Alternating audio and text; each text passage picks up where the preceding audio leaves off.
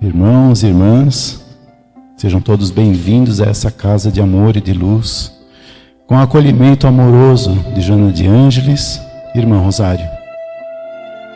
Com nossos pensamentos elevados, vamos agradecendo ao Mestre Jesus por estarmos aqui na sua presença mais uma vez e agradecer ao nosso Deus, nosso Pai Celestial, pela paz, pela saúde, pela vida. E nos mantendo nessa sintonia de amor, vamos nos ligando às equipes de tratamento de hoje, às equipes espirituais que fazem o tratamento da casa. Pedimos que a luz branca do Cristo seja projetada sobre todos, acalmando o coração, serenando a mente, promovendo a harmonização e o equilíbrio de todos. Aos assistidos em tratamento de P2, pedimos que se liguem com as equipes desse passe nesse momento. Sintamos a projeção da luz azul, envolvendo o sistema nervoso central, tratando e harmonizando todos os chakras, um a um, situados ao longo de toda a coluna.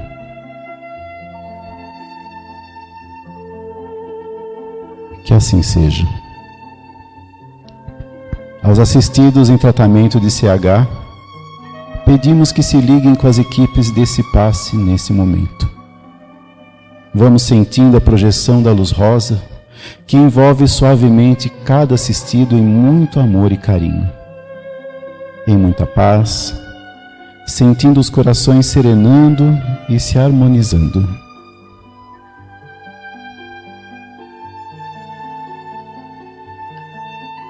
Que assim seja. Aos assistidos em tratamento de P3B, pedimos que se liguem com as equipes desse passe neste momento.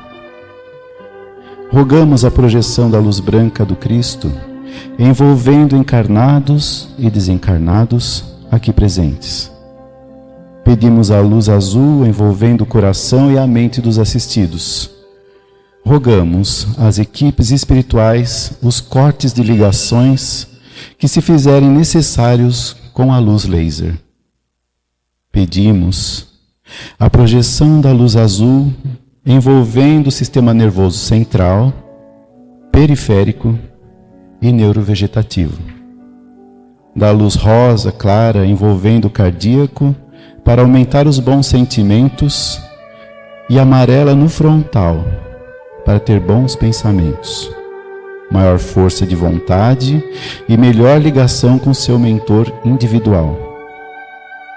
Vamos, neste momento, envolvendo cada assistido numa cúpula rosa clara brilhante da cabeça aos pés, para que o tratamento se fixe até quando for necessário.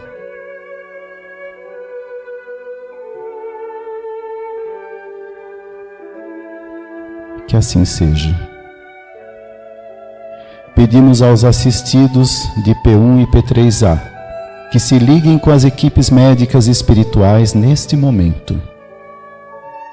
Rogamos a projeção da cor verde envolvendo todo o organismo físico e espiritual dos assistidos, tratando onde for necessário. Vamos projetar as cores do arco-íris envolvendo os assistidos para alcançarem o fortalecimento físico e espiritual necessários.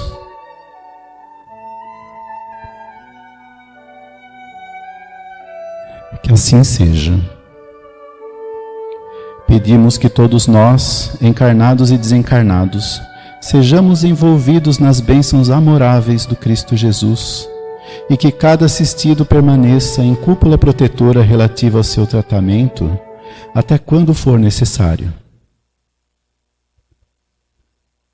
Nos ligamos agora com as equipes espirituais do tratamento infantil, Meimei e Sheila, que vão envolvendo todas as crianças em muito amor e carinho, trazendo-lhes paz e harmonia.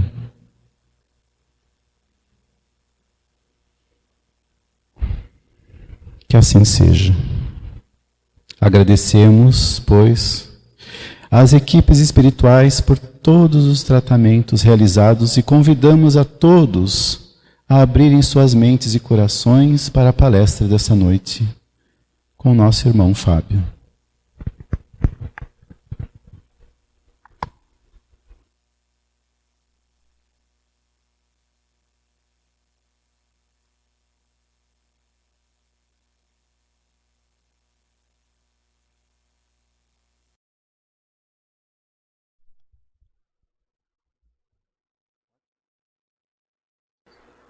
Bom dia, é uma grande honra estar aqui no Joana de Ângeles novamente, tá? Para participar dessa pré-eleição.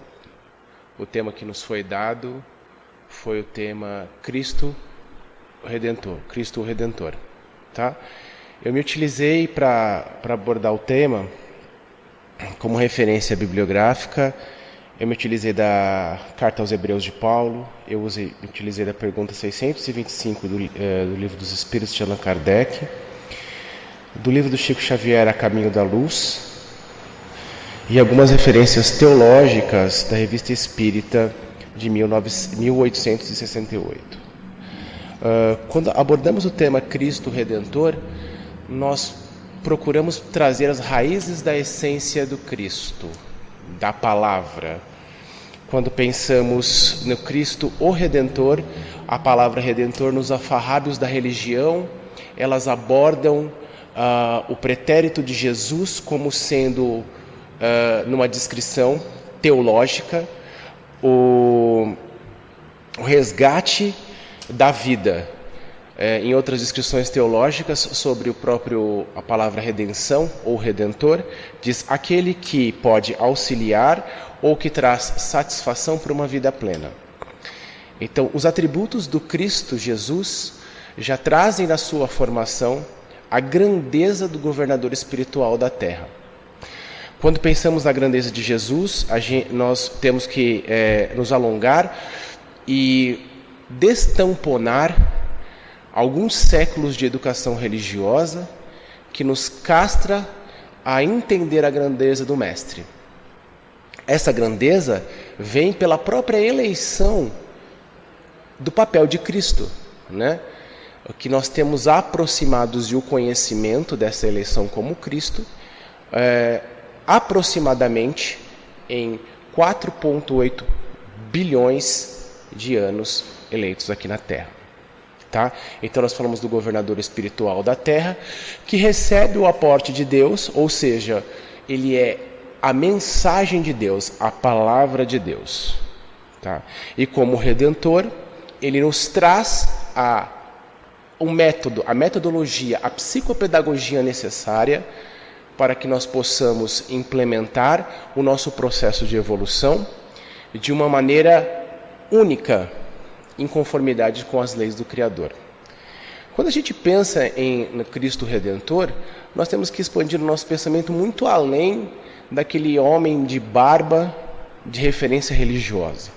O governador espiritual da Terra, como Cristo, nos vem trazer a mensagem de redenção e mostrar o caminho da redenção através dele, usando uma metodologia pedagógica muito inteligente. Essa metodologia ela foi aplicada de uma maneira muito democrática e ao mesmo tempo ela traz nuances de elevação espiritual e de assistência espiritual. Se nós pensarmos que o Cristo, sendo governador espiritual da Terra e tendo todo o conhecimento e sendo a palavra de Deus na Terra, todo o conhecimento que ele possui, ele simplesmente poderia escrever um manual, tá, a grosso modo, sobre o que é necessário para a evolução espiritual, quais são os caminhos a serem seguidos e os exemplos, o que nós podemos, não podemos fazer. Ele, como o governador, teria a propriedade para escrever, fornecer esse manual, tá, através da infinidade de profetas que já passaram pelo Antigo Testamento, e tudo feito. Nós poderíamos seguir o manual, a identificação com uma palavra de Deus, e estaria feita a nossa orientação para a evolução. Só que ele, sendo esta palavra de Deus, ele opta por encarnar no planeta para vivenciar cada orientação da palavra de Deus. Então a redenção do Cristo vem através das suas ações, do seu acolhimento e do seu amor que é propagado nas suas ações. Se você for avaliar todos os profetas e pensar no Mestre como simplesmente um profeta, o diferencial de Jesus foi que ele foi o único profeta de todos do Velho Testamento junto ao Novo, em que nunca falou algo do que fez antes. Então o Mestre exemplificava e falava. Todos os outros profetas sempre traziam ideias, falavam ideias ou eram orientados, e muitas das vezes a prática não era exercida por aquele próprio profeta. Tá? Temos aí muitos exemplos como de Elias, de Natã e outros profetas.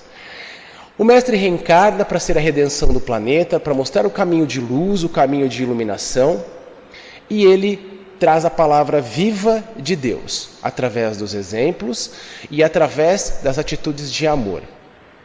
Ele não escreveu uma palavra, ele não deixou nenhuma orientação de escrita, mas todos que conviveram com ele reproduziram as suas palavras e reproduziram as suas atitudes através de uma própria orientação dele. Porque, como o Mestre dizia, se vocês querem me representar a palavra de meu Pai, representem pelas tuas atitudes, não pelo teu verbo. E o próprio Mestre exemplifica através de João 15,15, que ele fala: tenho-vos chamado amigos, porque te dei tudo o que eu pude dar da grandeza de meu Pai através dos meus exemplos, das minhas ações. E ele deixa a mensagem de exemplificação desse caminho de redenção. O maior exemplo desse caminho de redenção, e quando você pensa em Jesus como Redentor, é o próprio Sermão do Monte, né? O Sermão do Monte ele tem um caráter educativo, mas ele também tem um caráter provocador, né? Para entender a psicopedagogia de Jesus. E isso associado também à vivência do Mestre, tá? Quanto sendo um ser governador, um espírito crístico, que passa pela terra e que é assessorado, inclusive, por outros cristos no momento em que está tendo seu curso e seu desenvolvimento da sua trajetória de evangelização do planeta. Quando a gente pensa no Sermão do Monte, ele tem um caráter de mão dupla. Então, ao mesmo tempo que é uma psicopedagogia de redenção e esperança, em que ele fornece o alento, o acalanto, fornece o amor através das palavras das bem-aventuranças, ao mesmo tempo ele te provoca, ele te estimula a ascender a Deus. Então, como que isso funciona? A redenção desses simples textos, tá? Nós podemos pegar todos os textos do Cristo, que todos os textos do Cristo demonstram a salvação, os métodos do caminho correto para que nós possamos seguir ao Pai. No Sermão do Monte, a gente percebe que ele acolhe os desesperados, mas ao mesmo tempo ele nos provoca a partir de ações, a efetuar ações em que nós possamos desenvolver aptidões de humildade, de amor, de paciência, para que essas ações reflitam na nossa evolução espiritual. Percebe? E cada ação descrita pelo mesmo sermão, o Mestre reproduziu na sua vida. Como o Redentor, ele traz o conforto e o desafio ao mesmo tempo, né?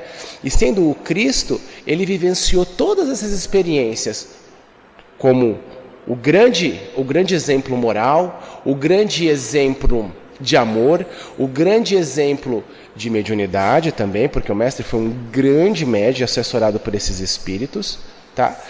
E a grandeza dessa mediunidade se estende ao contato que ele teve com todos os outros apóstolos. A divulgação do seu evangelho, ela passa do princípio da redenção. Quando a gente pensa num caminho redentor, a gente pensa num caminho sempre do acolhimento para nós que estamos decaídos ainda, né, nesse planeta. Nós todos nos incluímos nesse decaimento. E o Mestre, ele tenta nos passar a todo tempo essa questão da redenção, não mostrando os seus exemplos ou as suas atitudes como ações que estão lá ou cá, e sim que estão aqui.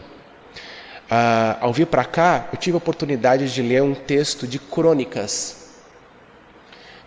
17, num diálogo do rei Davi com o profeta Natã. E aí ele narra, e o rei Davi está muito preocupado em construir um templo para uma arca que ele julgava ser as leis ou a palavra de Deus, e que essa arca tinha que ter um templo. O profeta Natã traz uma mensagem mediúnica para o rei Davi, em que ele diz que Deus dá uma orientação espiritual ao Natã, dizendo para Davi que não era necessário esse templo ser construído. Isso 1000 anos antes, tá, da reencarnação de Jesus. Dizendo que Deus não está em templos e que ele enviaria um templo, que seria o templo vivo da vida, em que esse templo seria um templo dos seus descendentes e que ele carregaria toda a palavra de Deus e que nessas palavras estaria a redenção, a salvação e todo o caminho de amor necessário para o povo do próprio Deus. Davi fica meio sem entender essa questão da redenção e ele começa a entender, e ele não consegue entender que templo seria esse, o templo vivo, porque ele entende o templo como um templo de pedra.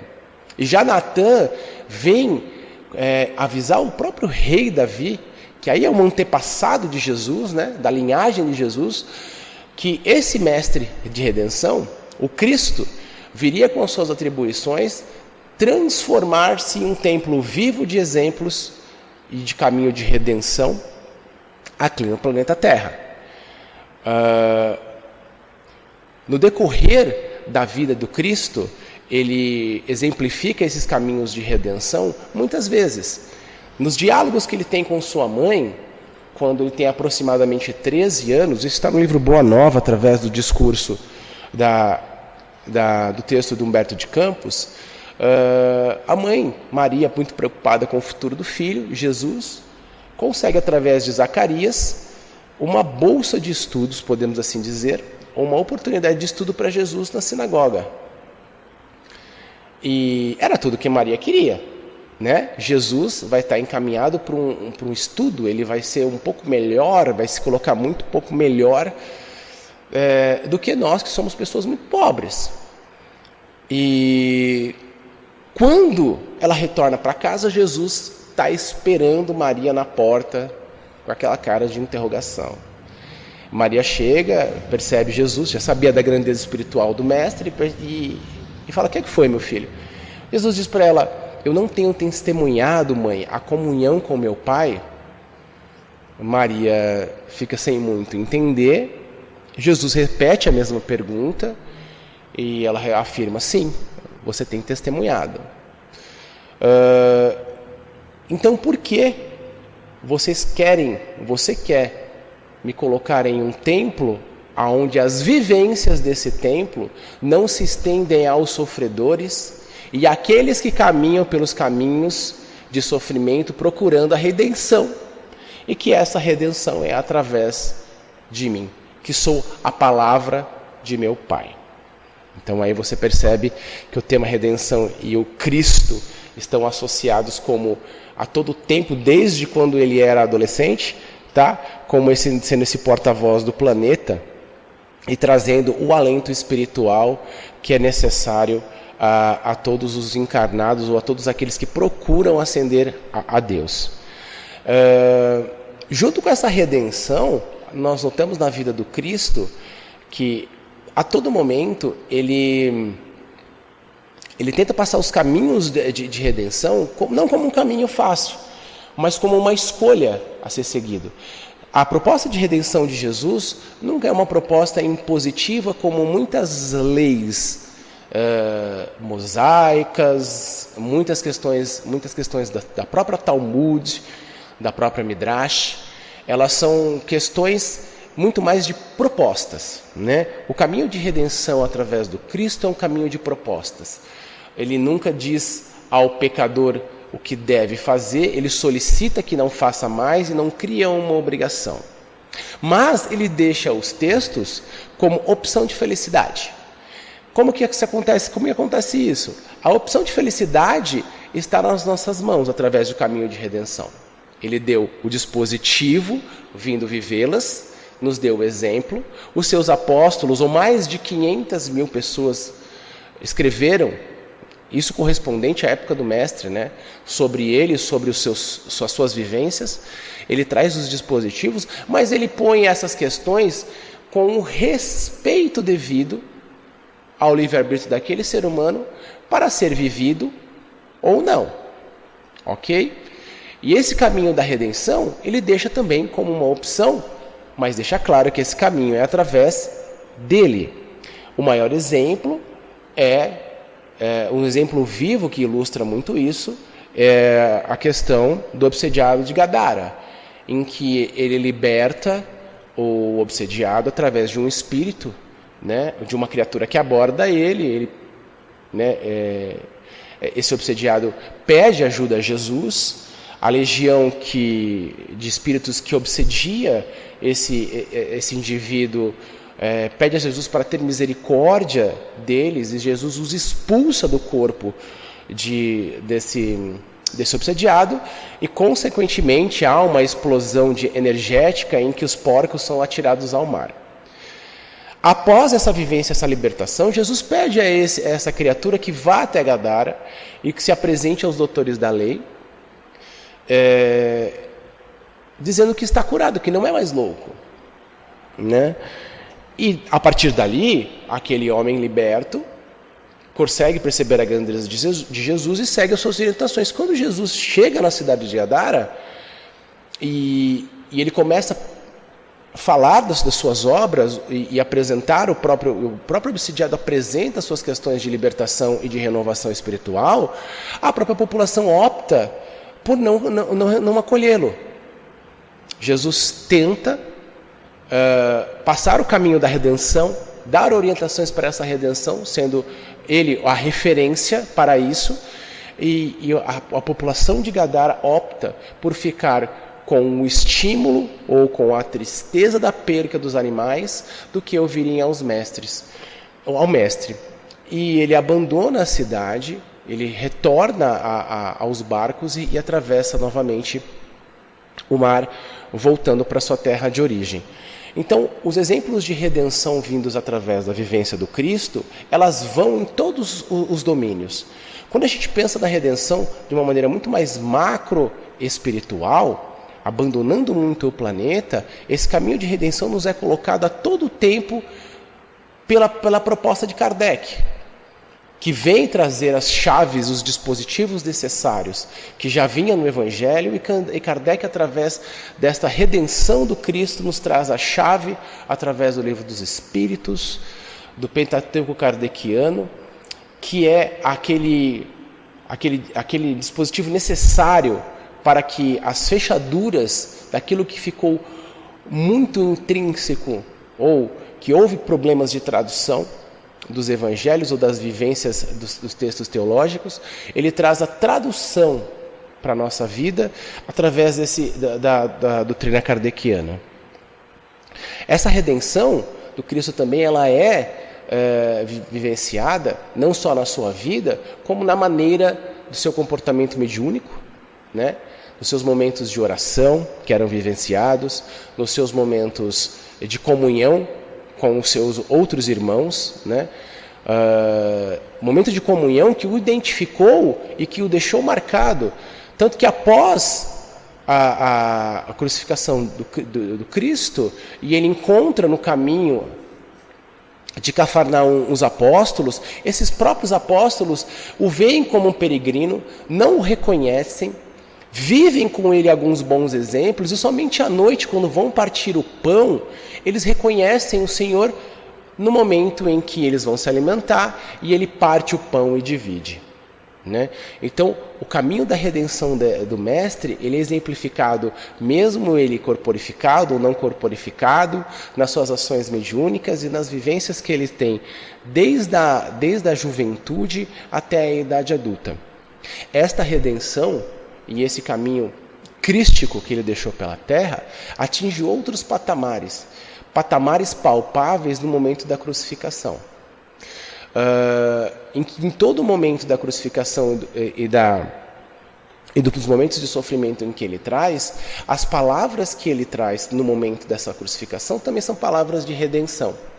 Tanto para aqueles que choram por ele, como por ele mesmo, que no momento da sua crucificação faz oração do Salmo 22, agradecendo ao Pai e pedindo auxílio por aqueles que estavam crucificando, ou estavam condenando, ou estavam, naquele momento, não entendendo o seu papel no planeta. Então, quando nós seguimos e pedimos a Jesus que nos fortaleça, que nos dê as forças necessárias e a orientação necessária e a proteção necessária para seguir no planeta, nós estamos pedindo ao Mestre toda a redenção que ele viveu, todas as exemplificações como Cristo que ele viveu, que ele deixou demonstrado a todo momento que esse caminho de redenção é um caminho a ser seguido, é um caminho não muito fácil, mas não é um caminho impossível, porque esse caminho exige dedicação, exige melhorias íntimas, exige amar acima de tudo. As exemplificações desse porta-voz crístico, que veio à Terra como nosso governador, eles vão se estender também no plano espiritual. No livro A Caminho da Luz, o próprio Emmanuel diz que, ele diz o seguinte, que é nos dado, até onde sabemos, os Cristos do planeta se reuniram 2 vezes com a proposta de criar o planeta de redenção, que seria o nosso, tá? Um planeta onde seria acolhido novos espíritos. Eles se reúnem 2 vezes. A primeira vez para a criação do planeta e uma segunda vez num período de guerra ou de grande loucura que nós vivíamos, justamente preocupados, né, com o nosso comportamento, para que nós possamos receber assessoria, né, de Deus, para que nós pudéssemos voltar ao caminho de redenção. Esse caminho de redenção só pode ser exemplificado, né, só pode ser vivido por aqueles que optam a segui-lo, né? Seguiram os seus preceitos, aliás, os preceitos que ele deixou claro nas suas vivências. Quando você pega a carta aos Hebreus, eu me pautei para a carta aos Hebreus porque é a única carta de Paulo em que não tem um caráter de autoexplicação moral ou doutrinária. A carta aos Hebreus, ela é uma carta da descrição, né? Ela acaba sendo um compilado da Gênese mosaica, junto com essas palavras de crônicas dos diálogos do rei Davi com o profeta Natã. Na carta aos Hebreus, a descrição de Paulo, ela é tão perfeita sobre a formação e a redenção do planeta, assim como os dispositivos e a grandeza de redenção do Mestre, do Cristo na Terra, e ela descreve todos os caminhos e as necessidades desse Cristo, passando pelo planeta, e o que seria feito quanto às atitudes dos seres humanos, seguindo ou não esses dispositivos morais e essas vivências de amor passadas por Jesus, né? E é muito complicado. Quando fui pensar nesse tema do Cristo, eu tive que estudar muito, porque a grandeza de pensar na redenção do Cristo, e a própria palavra redenção, ela é só atribuída a Jesus, em todos os temas religiosos. E pensar na grandeza do Cristo, né, como o Redentor, vai muito além do planeta, né, do que aquilo que a gente pode alcançar como ser humano, do que encarnado, do que é o Cristo, né? O que eu pude perceber nos textos dessa questão da redenção do Cristo, o que é para nós futuro, tá? Para ele é primitivo já. Tamanha a grandeza desse mestre que passa pela terra. E que apesar desta essência primitiva que ele já tem e que para a gente é futuro, ele ainda nos acolhe, ele ainda nos abraça, ele ainda nos espera, ele ainda nos tem paciência, principalmente nós que estamos todos doentes ainda da alma, doente do psiquismo, doente da emoção. Então eu espero ter passado aqui nos temas que eu abordei, né, que foram bem simples, porque pensar o Cristo Redentor é uma coisa que o pensamento fica muito solto, vai muito longe. A gente consegue encontrar um conteúdo literário muito extenso para pensar em Jesus. Claro que Kardec traz a chave necessária, mas os textos antigos, tanto do Velho quanto do Novo Testamento, também trazem. Mas quando o seu pensamento fica solto e pensa na grandeza da redenção do Cristo na terra, nos seus exemplos vividos, nos exemplos mediúnicos, nos exemplos morais, nos exemplos de amor, é que a gente começa a estender o nosso psiquismo para um ser muito maior e que incompreensivelmente, né, nós não conseguimos alcançar ainda, mas nós conseguimos senti-lo. Porque ele não está lá, nem cá, ele está aqui, com todos nós, como ele disse. Vós não ficaram órfãos, né? Eu vos enviarei o Consolador, através do Espírito de verdade. E ele trouxe essa consolação, através da doutrina, e ele está aqui presente no caminho de redenção de cada um de nós. Tá? Eu queria agradecer por estar aqui, me desculpar pelos meus parcos recursos ao falar, tá? E obrigado.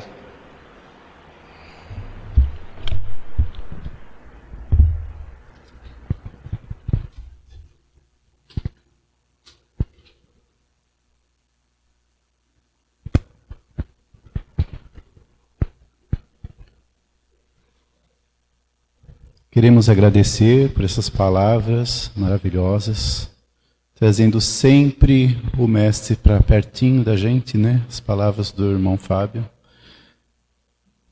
mostrando o quanto amor esse Mestre tem por nós, esse nosso Cristo Redentor. E de olhos fechados, queremos agradecer também por estarmos aqui e por estarmos em conexão diária contigo, Mestre Jesus. Que o nosso caminho seja sempre iluminado, que nos dê a força necessária para suportarmos as dificuldades dos nossos dias, principalmente nesses tempos onde somos provados na nossa fé. Que Deus nos permita sermos luz no caminho dos nossos irmãos. Que sejamos luz em nossos lares. Que possamos espalhar o amor dessa palestra de hoje, de tudo isso que recebemos, que transborda em nosso coração, que possamos espalhar por onde passarmos, deixarmos sempre um rastro de luz, uma palavra de conforto, que é o que tantas pessoas precisam nesses momentos. Uma palavra de esperança, uma palavra de conforto, de paz, fazendo com que a conexão com Deus, nosso Mestre Jesus, esteja sempre forte em todos os momentos, em todos os lugares. E assim como o nosso Mestre, através da prece que Ele nos ensinou, vamos elevando com todo o nosso amor, nosso coração, ao nosso Deus, essa prece de amor. Pai nosso que estais nos céus, santificado seja o vosso nome. Venha a nós o vosso reino. Seja feita a vossa vontade, assim na terra como no céu. O pão nosso de cada dia dai-nos hoje. Perdoai as nossas ofensas, assim como nós perdoamos a quem nos tem ofendido, e não nos deixeis cair em tentações, mas livrai-nos, Pai, de todo o mal. Que assim seja, graças a Deus.